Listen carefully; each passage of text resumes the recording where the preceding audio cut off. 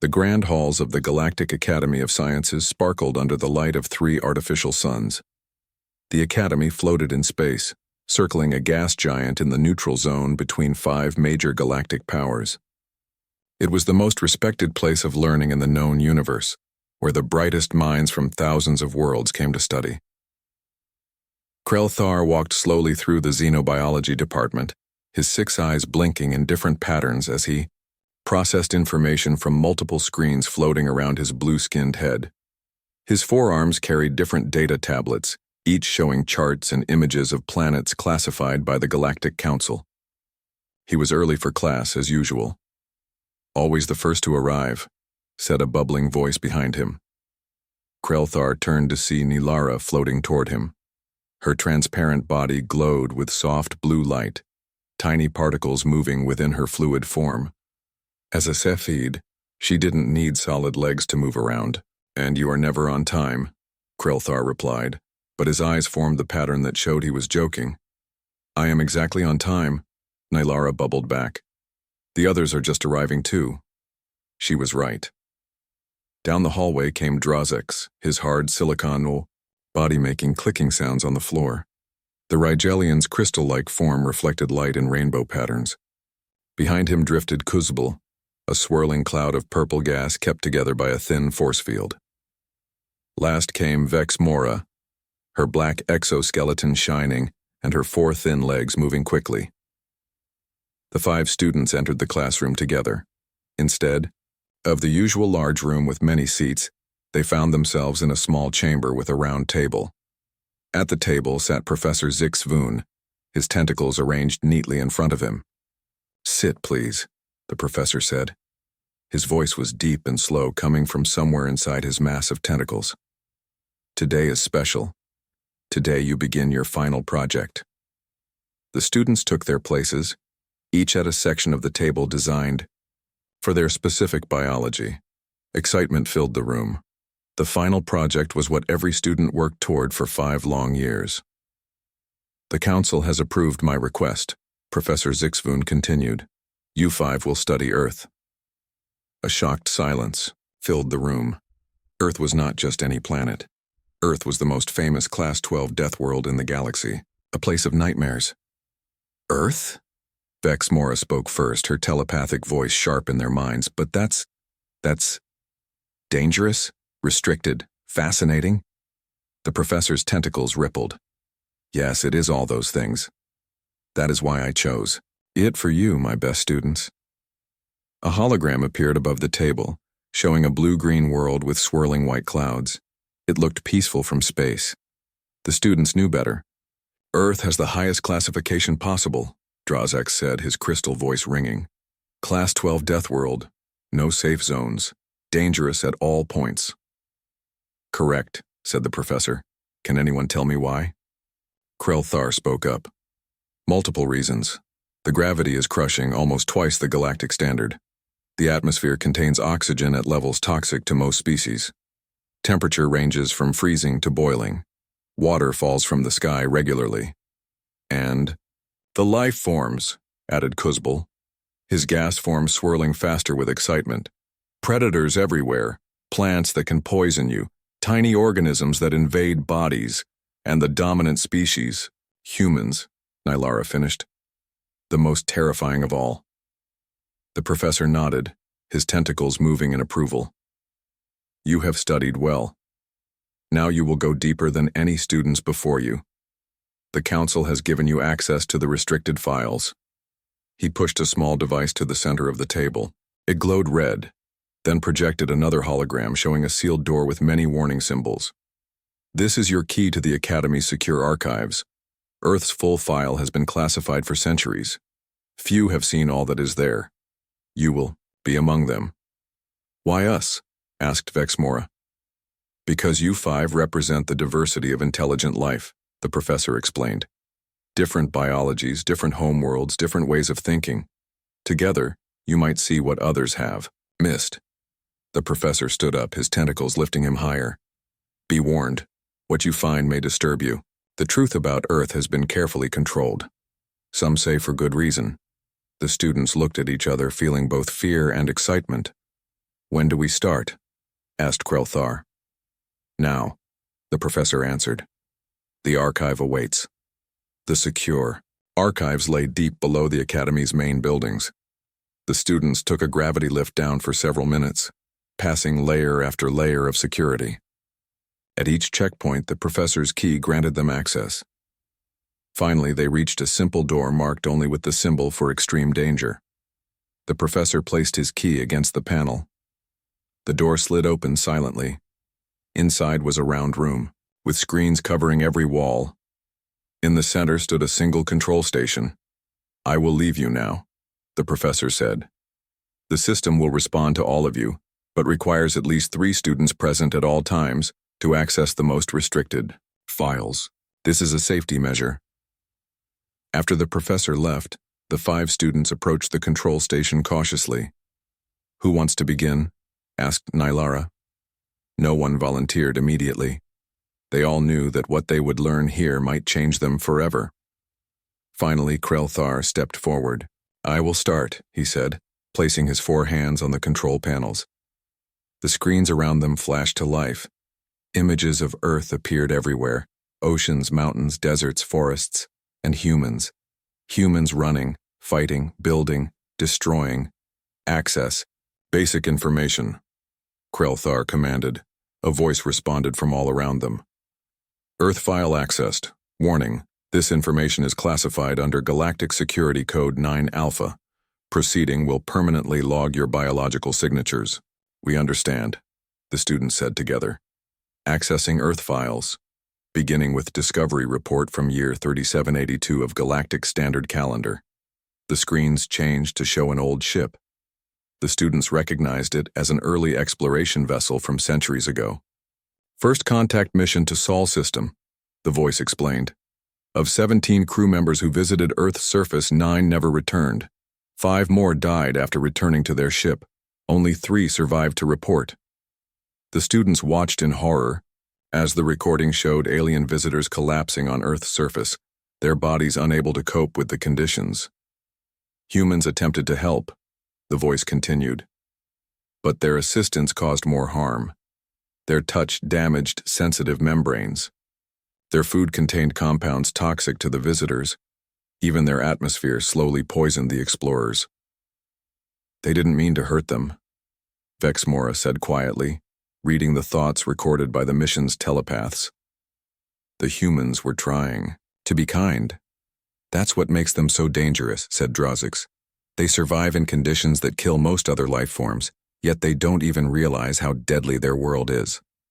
As the first day of research ended, the 5 students had only scratched the surface of Earth's file. One thing was clear. There was much more to learn about this mysterious death world and its unusual inhabitants. They left the archive with their minds full of questions. Earth was dangerous, yes, but perhaps not in the ways they had always been taught. 3 weeks passed. The alien students spent every day in the archives learning more about Earth. They took turns sleeping so that at least 3 of them were always present to maintain access to the restricted files. I think we need to see humans for ourselves, Nylara said one day, her fluid body glowing brighter with excitement. The records are old. Things might have changed. Are you suggesting what I think you are? Drozix asked, his crystal form vibrating with concern. Yes, Nylara replied. We should request permission for remote observation. The others stared at her. Remote observation of Earth was rarely granted, even to senior researchers. They will never approve it, Krelthar said, his 6 eyes blinking rapidly. The professor might help, Vexmora suggested, her telepathic voice gentle in their minds. He has connections in the council. They were surprised when, 2 days later, Professor Zixvoon entered the archive room with news. Your request has been approved, he said, his tentacles moving in patterns of amazement. The council was impressed by your preliminary findings. They have granted you limited remote observation rights. The students could hardly believe it. They would be among the few beings in the galaxy to observe humans in their natural habitat. There are conditions, the professor continued. You will connect only with an approved research station. You will not reveal galactic secrets, and you will be supervised at all times. The next day, the students gathered in a special communication chamber. The walls were covered with screens showing different views of Earth from orbital satellites. In the center was a large communication panel. "The connection is being established," said a technician.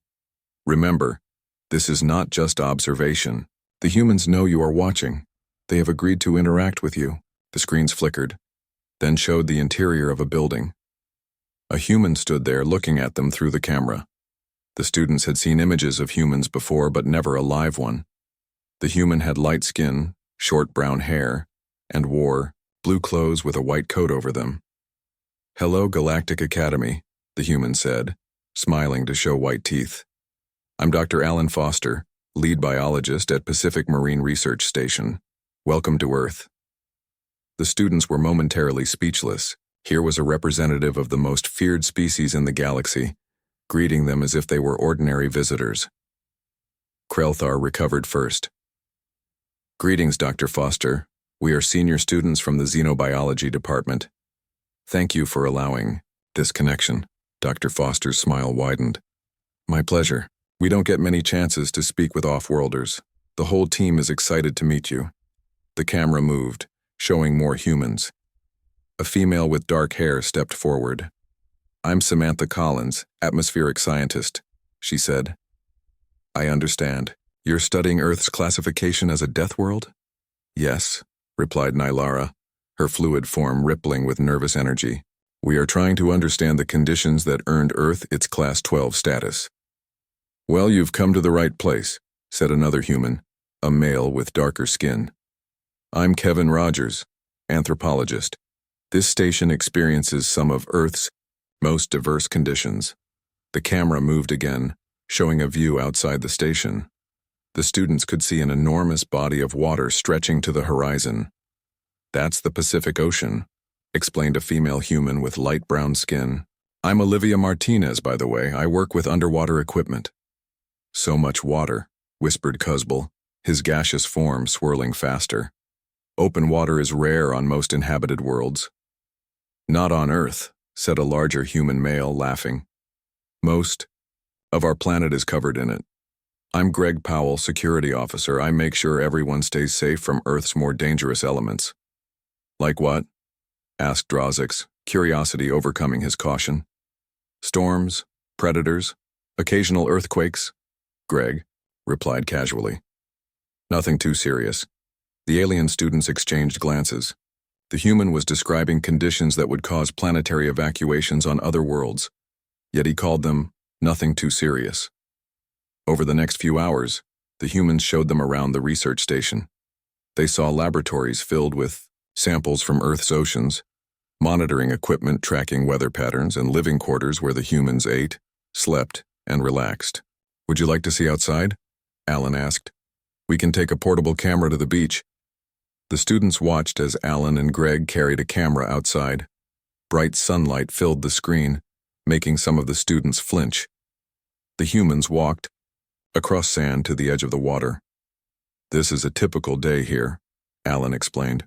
"About 75 degrees Fahrenheit, light breeze, moderate humidity."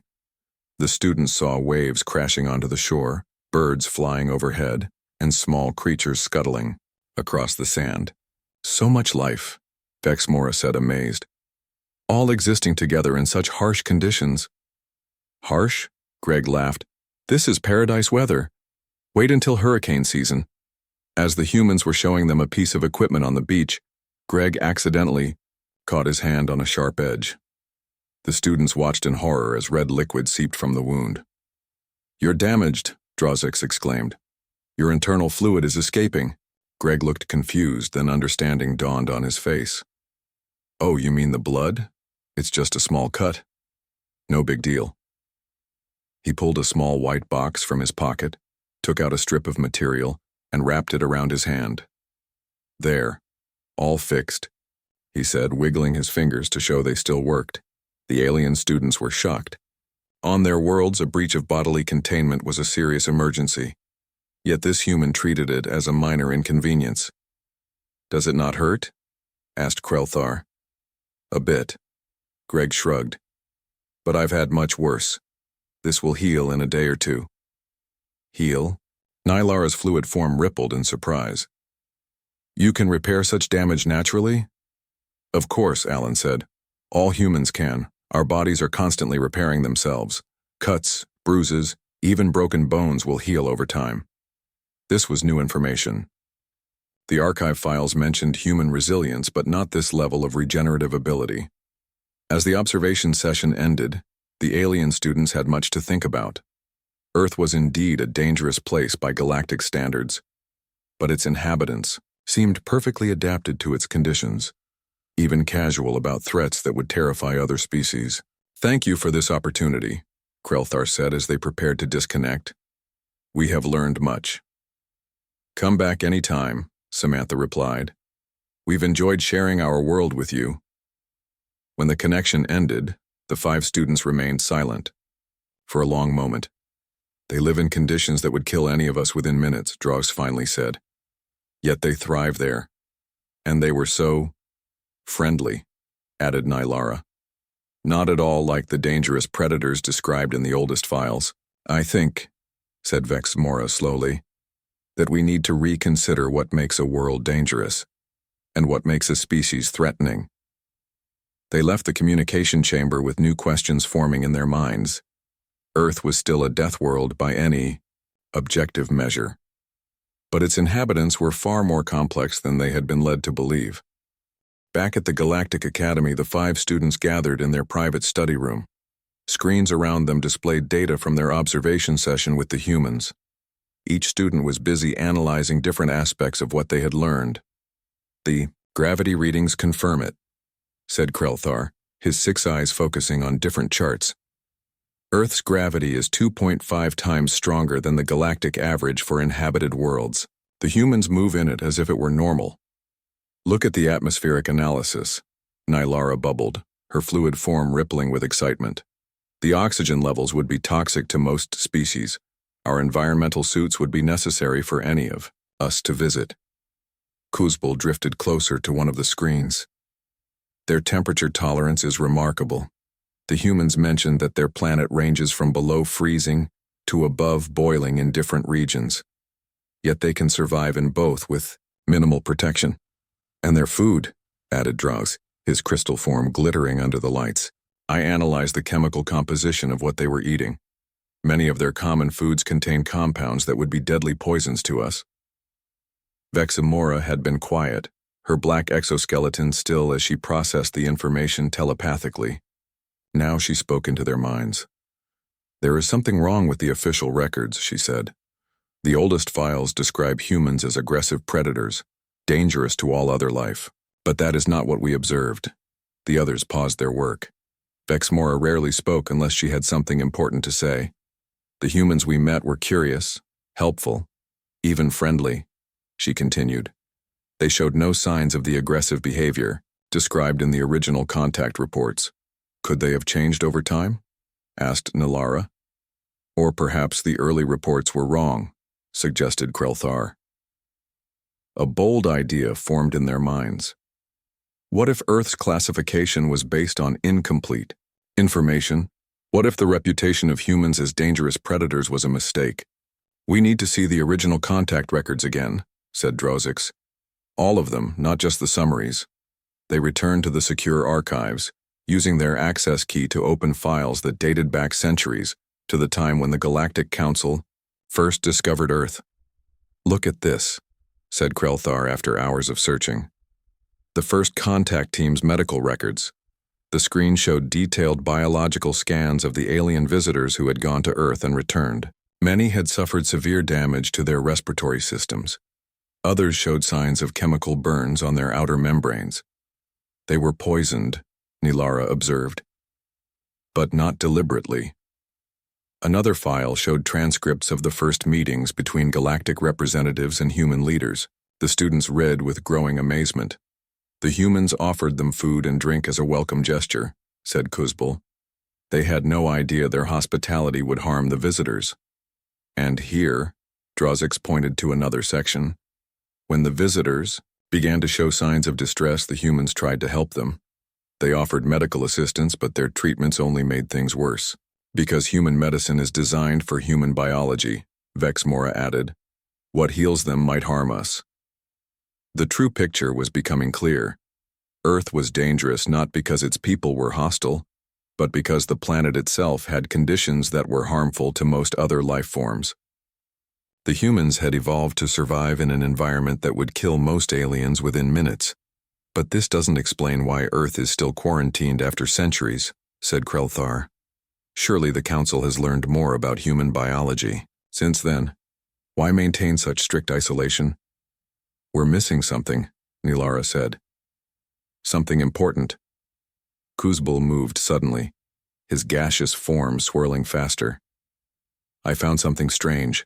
There are access logs for military files connected to the Earth records, but we don't have permission to view them.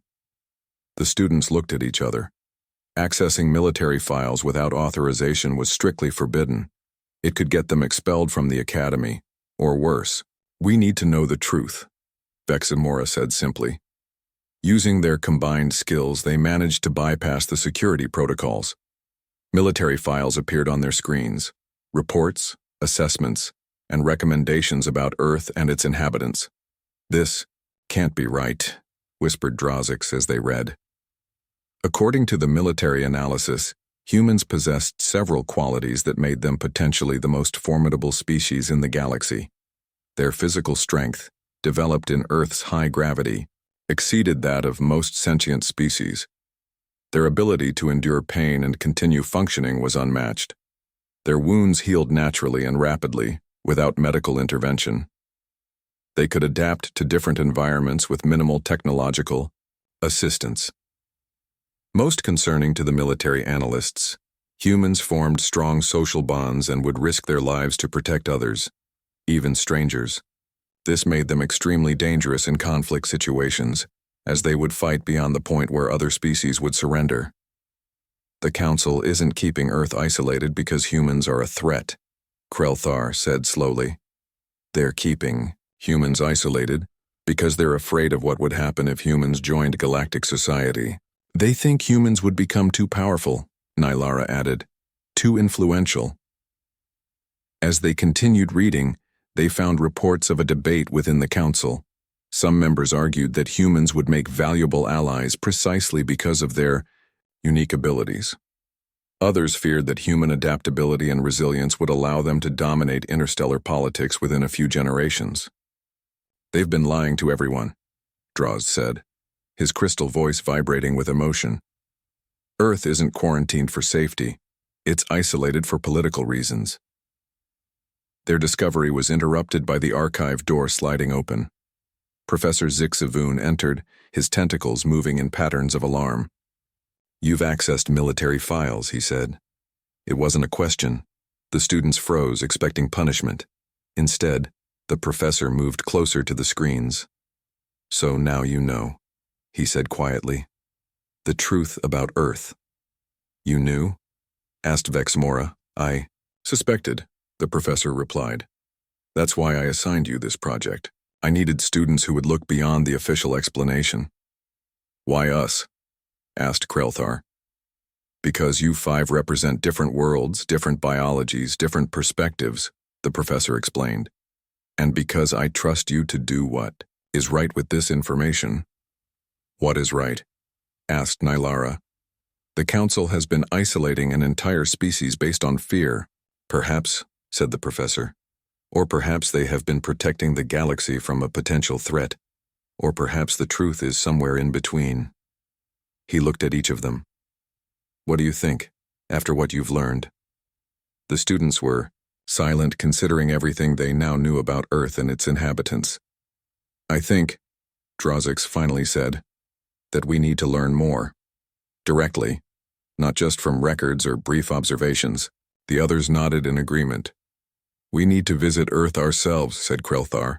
The professor's tentacles swayed gently. That would be extremely dangerous, and strictly forbidden without council approval. Yes, said Vexmora, but sometimes the right path is not the easy one.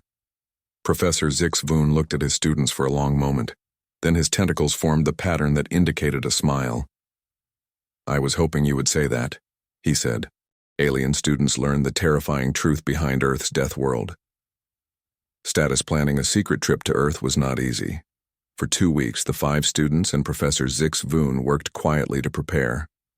"We need a small ship," the professor said. "Something that won't attract attention." "I know someone in the transportation department," Drazix offered. "They owe me a favor." "We also need environmental suits," added Krelthar. "The best ones available. Earth's conditions are too extreme for standard equipment." Nylara's fluid form rippled with concern. "How will we explain our absence from the academy? Students aren't allowed to leave during final projects." "Leave that to me," said the professor. "I will tell them you are conducting special research that requires isolation." Vex Mora had been using her telepathic abilities to scan for any signs that their plan had been discovered. "No one suspects anything yet," she reported, "but we should move quickly."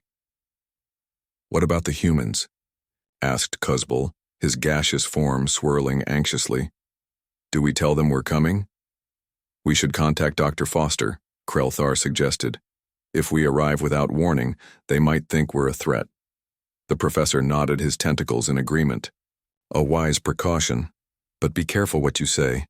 The communication channels may be monitored." That evening, the students established a connection with the Pacific Marine Research Station. Alan Foster's face appeared on the screen, looking surprised but pleased. "This is unexpected," he said. "How can we help you?" "We have been authorized to conduct additional research," Krelthar said carefully. "More direct research." Alan's eyes widened as he understood the meaning. "You're coming here? To Earth?" "If that would be acceptable," Nylara replied.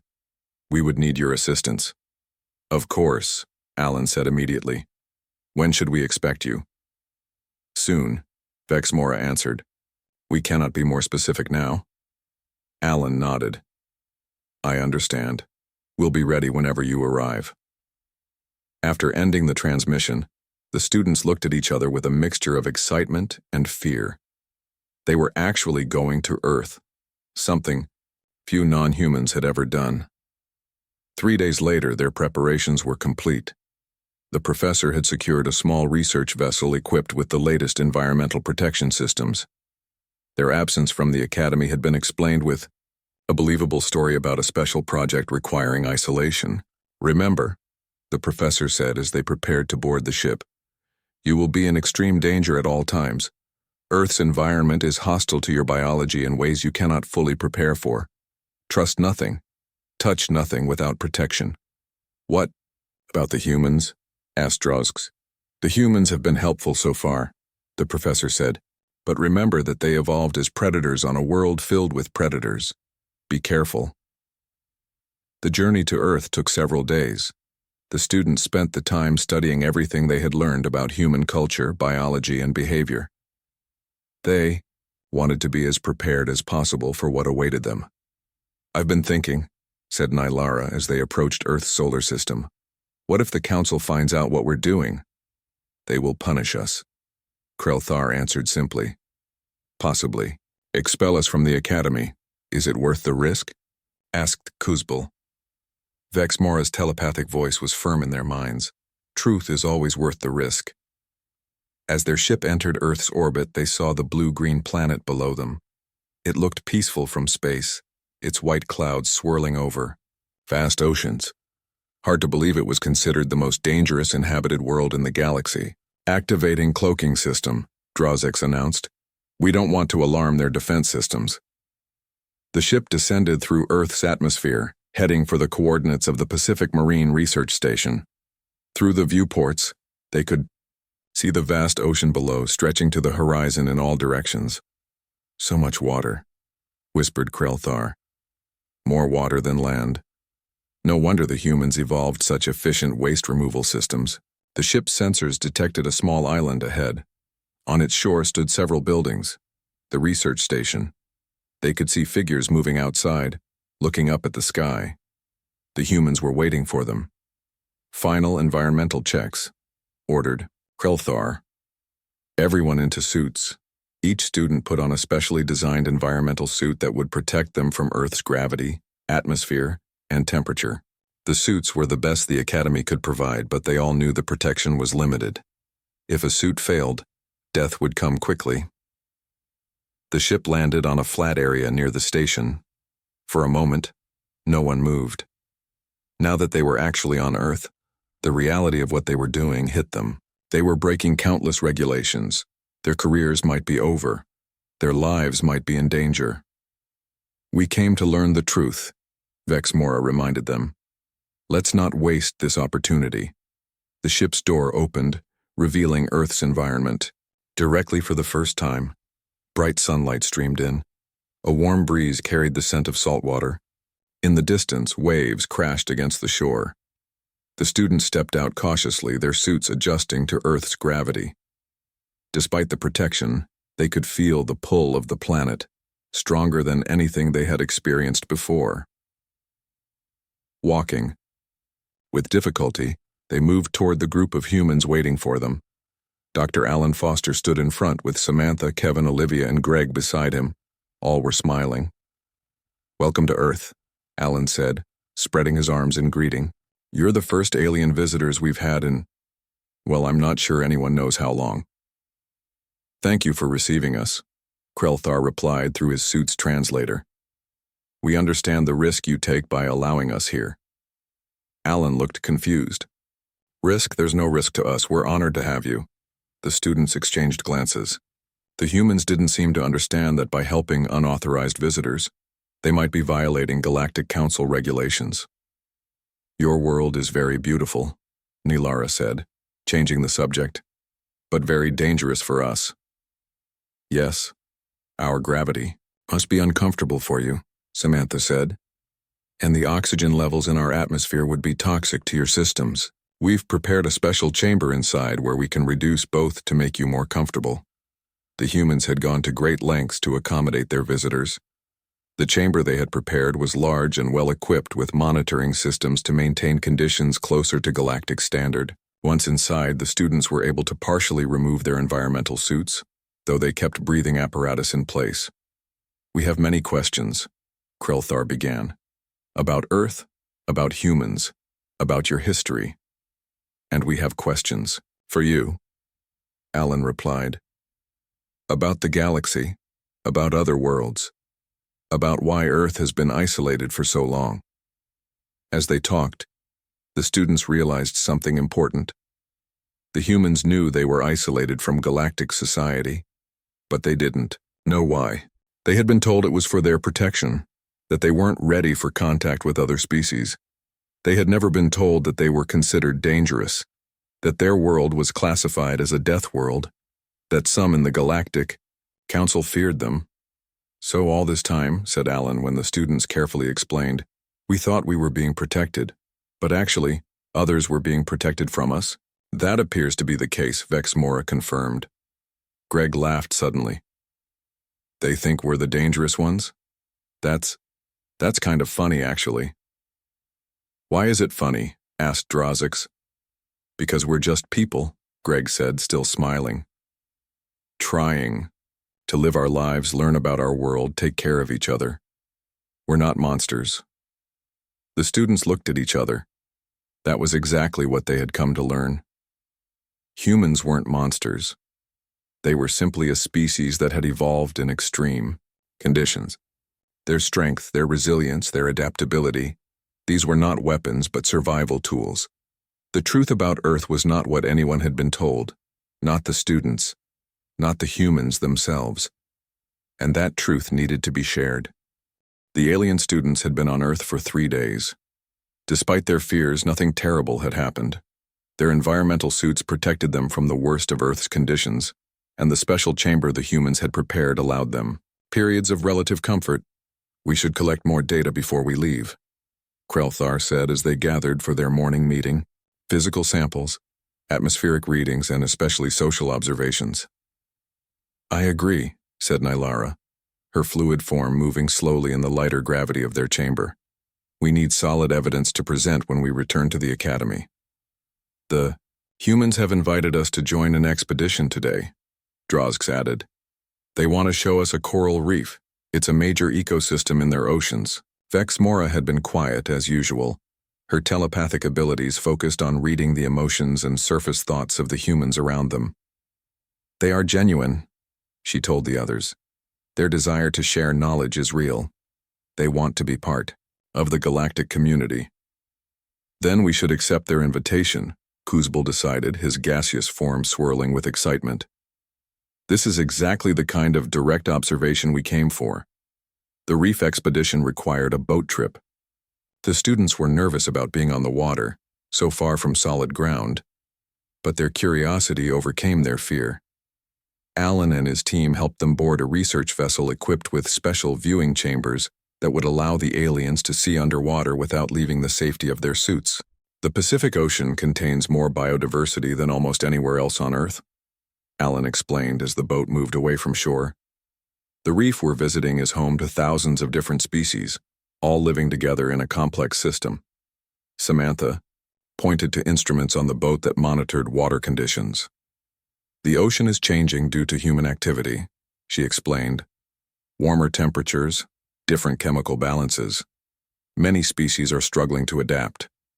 The students found this interesting. Even in their harsh environment, humans were concerned about the welfare of other life forms. This contradicted the image of humans as selfish predators that existed in some of the oldest galactic records.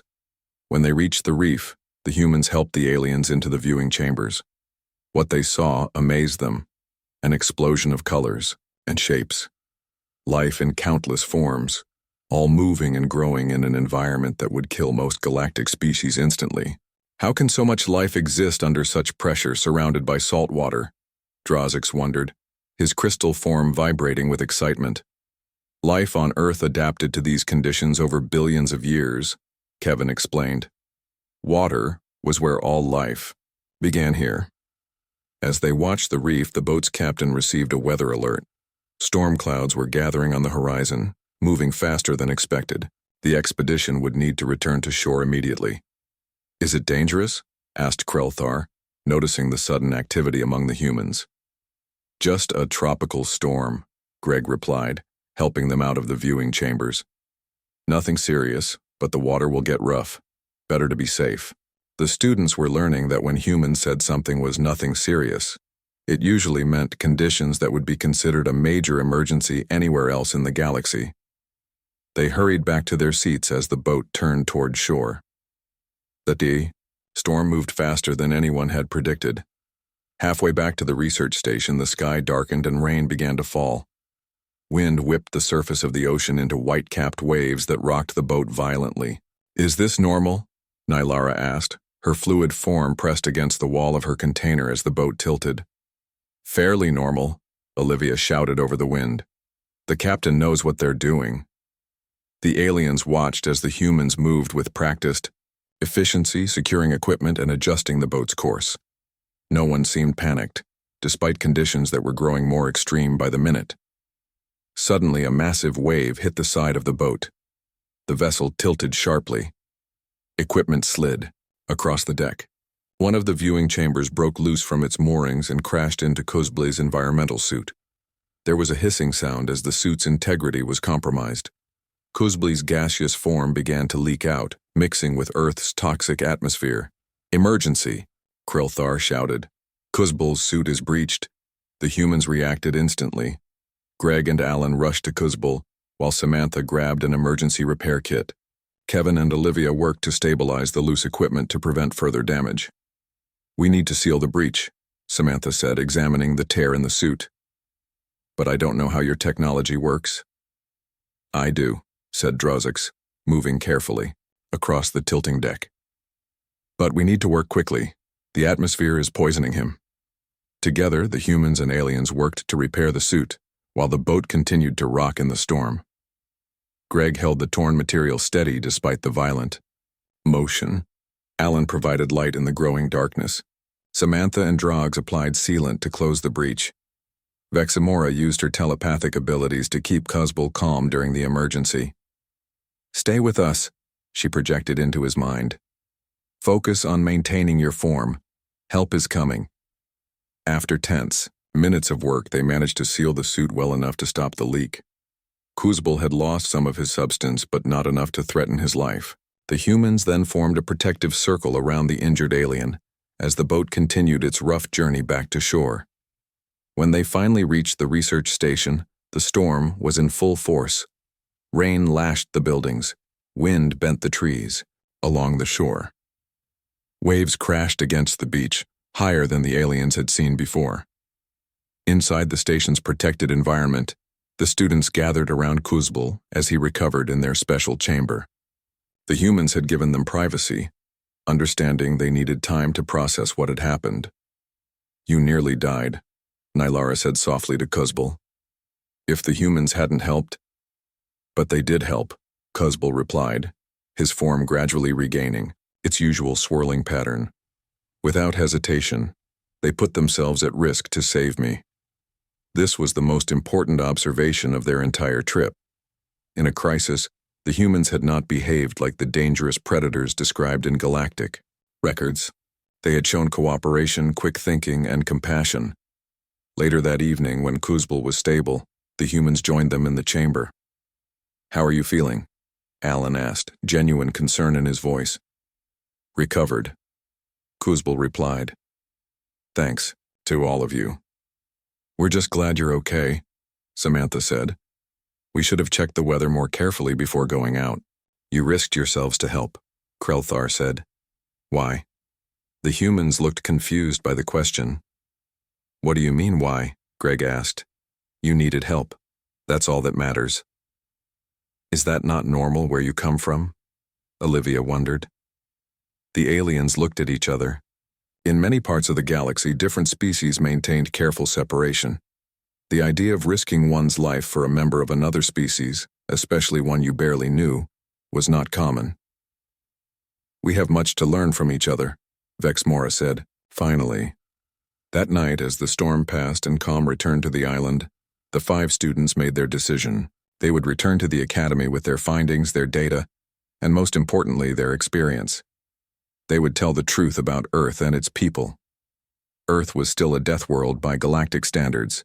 Its environment was still hostile to most alien biologies. But its people were not the threat they had been portrayed to be.